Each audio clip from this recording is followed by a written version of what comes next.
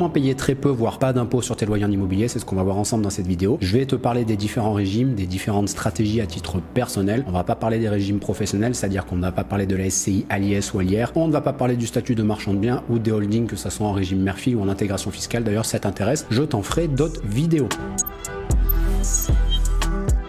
Alors si tu veux en savoir plus sur l'immobilier, je t'ai fait 2 vidéos. Les semaines précédentes, tu as juste à les retrouver. Dans ce cas-là, je t'explique comment trouver un bien rentable et l'estimer. Je t'explique également quel est le meilleur moment où et quand acheter en immobilier. Puis si jamais tu veux en savoir plus, je t'ai fait un e-book, tu verras à un prix dérisoire. Ça t'évitera de dépenser des milliers d'euros dans des formations en immobilier. Comme d'habitude, si tu veux travailler avec moi, tout sera dans la description. Je t'invite à aller jeter un coup d'œil. Tu as énormément de contenu et de ressources où tu pourras également me retrouver sur mon site karma.net. Alors il faut savoir que la fiscalité immobilière à titre personnel, en fait, elle est assez simple. Elle va se diviser en 2 grandes familles. On va avoir d'un côté les locations nues, c'est-à-dire les locations non meublées, et d'un autre côté, on va avoir les locations meublées. Alors, je me suis pris quelques notes, comme d'habitude, tu pourras les retrouver dans la description pour ne pas faire d'erreur sur les plafonds et les différents abattements. Il faut savoir qu'au sein de chaque famille, que ce soit dans les familles des locations nues ou dans les familles des locations meublées, tu vas avoir 2 régimes. Un régime qu'on va appeler micro, tu vas le voir avec des abattements, et tu vas aussi avoir des régimes réels. Alors, d'abord, on va parler de la famille des locations nues, c'est en fait les locations non meublées. Le régime micro, il va avoir certains critères dans ces locations nues. Tu vas avoir un plafond de 15 000 euros, c'est-à-dire qu'en deçà de 15 000 euros de revenus locatifs en location nue, tu vas pouvoir rester au régime micro, mais au-dessus, tu vas basculer au régime réel. Donc en 1, tu vas avoir un plafond de 15 000 euros et en 2, tu vas avoir un abattement de 30%. C'est-à-dire qu'en fait, l'administration fiscale va te faire un abattement de 30% et ensuite va t'imposer sur ses revenus locatifs nus. Ça, c'est le premier régime, c'est le régime micro dans les locations nues. Dans ces locations nues, on va également avoir un régime réel et c'est dans ce régime réel des locations nues qu'on va retrouver le déficit foncier. Alors, je vais te développer simplement le déficit foncier. Quels vont être les travaux que tu vas pouvoir mettre dans le déficit foncier? Bien évidemment, tu pourras mettre d'autres frais, d'autres charges, mais je vais te parler des travaux que tu vas pouvoir mettre dans le déficit foncier. Ça va être les travaux d'entretien, de réparation et d'amélioration qui vont être déductibles. Et en fait, si ces travaux et toutes ces charges vont te créer ce qu'on appelle un déficit, c'est-à-dire que tu vas ne pas avoir de bénéfice, mais tu vas être soit à zéro, soit tu vas avoir un déficit. Dans ce cas-là, ce déficit, il va être imputable dans la limite de 10 700 euros par an et il va être imputable sur 2 parties de tes revenus. Un, pendant 10 ans sur tes revenus fonciers, c'est-à-dire sur tes revenus locatifs de tes locations nues, et pendant 6 ans, là où ça peut devenir intéressant également, sur l'ensemble de tes revenus, par exemple si tu as des salaires, si tu as un BNC, si tu es profession libérale, etc. Donc voilà, en tout cas, ce déficit foncier va pouvoir venir s'imputer pendant 10 ans sur tes revenus locatifs nus et pendant 6 ans sur tes revenus globaux. Ça, c'est quand tu es dans le régime réel des déficits fonciers. Alors attention, et c'est là où ça va devenir intéressant et que je veux te parler, selon moi, dans quelle stratégie ça peut être intéressant de se placer dans ce déficit foncier, dans ce régime réel des locations nues. Il faut savoir qu'il y a certains travaux qui vont pas être pris en compte dans ce déficit foncier. Je te l'ai noté, c'est les travaux de construction, reconstruction et agrandissement qui vont pas être pris en compte dans ce déficit foncier. En fait, ces travaux-là vont être pris en compte lors de la plus-value. Et comment est taxée la plus-value? Et c'est là où tu vas tout comprendre, là où je veux en venir sur la stratégie. La taxation de la plus-value, elle est de 36,2%. En fait, on a 17,2% de prélèvements sociaux et 19% d'impôt sur le revenu. Pareil, je t'ai simplifié au maximum les concepts. Il va y avoir des abattements au fil des années. Mais ce qu'il faut que tu gardes en tête, c'est que la taxation sur la plus-value, elle est de 36,2%. Alors, quelle est selon moi la stratégie, en tout cas pour les locations nues, pour ne pas payer d'impôts? Tu l'as vu, à partir du moment où tu vas être dans un régime micro, tu vas forcément payer des impôts parce que tu vas toujours avoir un bénéfice. Par contre, dans le régime réel, tu vas pouvoir ramener ta base imposable de tes revenus locatifs à 0. Et quelle est selon moi la meilleure stratégie pour le déficit foncier? Ça va être pour des personnes, tu l'as compris, avec des fortes tranches d'imposition, souvent supérieures à 30%. Et ça va aussi être intéressant si tu as une revente rapide après ton déficit foncier. Alors attention, fais attention à la taxation lors de la revente, tu l'as vu, tu vas pouvoir être taxé à 36,2% et ce ne sont pas tous les travaux qui vont être déductibles dans ce déficit foncier. Ça, c'était pour les locations nues. Maintenant, on va parler de la deuxième famille qui sont les locations meublées. Alors avant de te parler des locations meublées, il faut savoir que tu pourras être au régime réel par exemple dans les locations nues et au régime réel dans les locations meublées. Tu pourras être au régime réel dans les locations nues et au régime micro dans les locations meublées, mais tu ne pourras pas être au régime et réel et micro en nu ou et réel et micro en meublé. À chaque fois, tu seras que sur une des 2 familles. Alors les locations meublées, pareil, il va y avoir un régime micro et tu vas voir, ça va pas être les mêmes abattements et ça va pas être les mêmes plafonds. Il y en a différents. Le régime micro BIC, on va avoir un plafond de 77 700 euros par an. Ça, c'est les nouveaux plafonds qui ont été mis en place pour 2023 et normalement 2024-2025. Et tu vas avoir un abattement de 50%. C'est-à-dire que là, cette fois-ci, l'administration fiscale va te faire un abattement de 50% et tu vas être imposé sur cette base-là. Et le montant, le plafond est de 77 700. Au-delà, tu vas passer en régime réel qu'on va voir ensuite. Tu vas avoir aussi le régime micro-saisonnier, aussi touristique. Donc, le plafond ici va être de 180 88 700, ils ont pareil rehaussé les plafonds et ici tu vas avoir un abattement de 71%. Donc pareil, dans ces deux régimes micro, on va voir dans quelle stratégie ça peut être intéressant de se placer dans ces régimes micro, mais tu vas forcément avoir une base imposable parce que tu vas avoir un pourcentage d'abattement. Donc selon moi, quelle est la meilleure stratégie pour se placer dans ces régimes micro meublés? C'est si tu as peu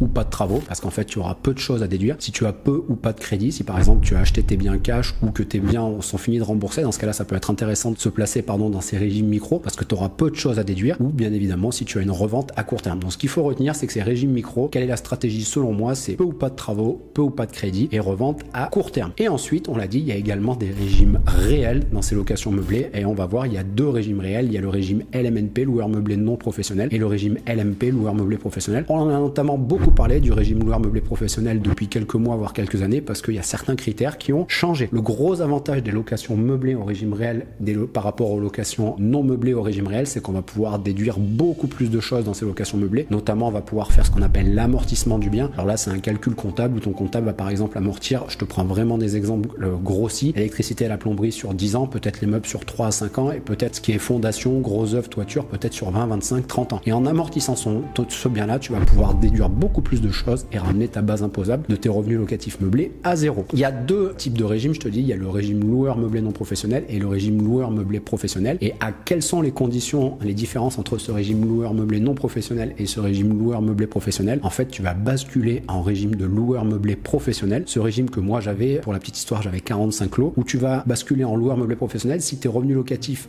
dépassent 23 000 euros et s'ils dépassent également tes revenus professionnels. Et avant, il y avait une troisième condition, c'était toi qui décidais de t'inscrire au greffe du tribunal. Ils ont fait sauter cette dernière condition, ça fait que automatiquement tu vas basculer en régime de loueur meublé professionnel. Alors si tu veux, je te ferai une vidéo dédiée uniquement à ça, à la différence entre LMNP et LMP. Ce qu'il faut retenir, c'est que le régime loueur meublé professionnel, ça reste quand même un régime vraiment de professionnel. Et quelle est selon moi la meilleure stratégie, que ça soit pour le LMNP ou le LMP? Le statut de loueur meublé non professionnel, c'est clairement une grosse niche fiscale en France. Et quelle est selon moi la meilleure stratégie? C'est si tu décides de garder ton bien sur le long terme, en général on parle de 10 ans, voire même supérieur à 10 ans, dans ce cas-là ça peut être avantageux de te mettre en LMNP. Et le régime LMP, il va y avoir des gros avantages, un petit peu comme le déficit foncier. Tu vas pouvoir imputer les déficits, ou en tout cas si tu as ramené ta base imposable à zéro de tes revenus meublés et que tu as du déficit, pareil, tu vas pouvoir venir imputer tes revenus à la fois de tes locations meublées et aussi parfois tes revenus personnels, tes revenus professionnels. Ce que je veux vraiment, c'est que ça soit simple au maximum pour toi. Ce qu'il faut retenir, selon moi, c'est que soit quand tu es en location nue, soit quand tu es en location meublée, pour faire simple, si tu as peu ou pas de travaux, peu ou pas de crédit, peu ou pas de choses à déduire, dans ce cas-là, tu vas plutôt te placer dans les régimes micro foncier ou micro big pour les meublés. Et si tu as beaucoup de choses à déduire, beaucoup de choses à amortir, notamment pas mal de travaux ou que tu as des biens avec pas mal de frais, dans ce cas-là, ça va être plus intéressant de se placer dans le régime du déficit foncier ou dans le régime LMNP et LMP. Voilà, j'ai essayé de te faire la vidéo la plus simple, la plus courte, la plus compréhensible possible pour toi. Si jamais cette vidéo t'a plu, comme d'habitude, tu me mets un énorme like. Et puis si jamais tu as des sujets que tu veux que je te traite, que ça soit en immobilier ou dans d'autres domaines, d'habitude on parle sur cette chaîne plutôt de fiscalité, d'optimisation fiscale et de business, et ben n'hésite pas à me le mettre. Et moi je te souhaite une très agréable journée ou une agréable soirée selon le moment auquel tu regarderas cette vidéo.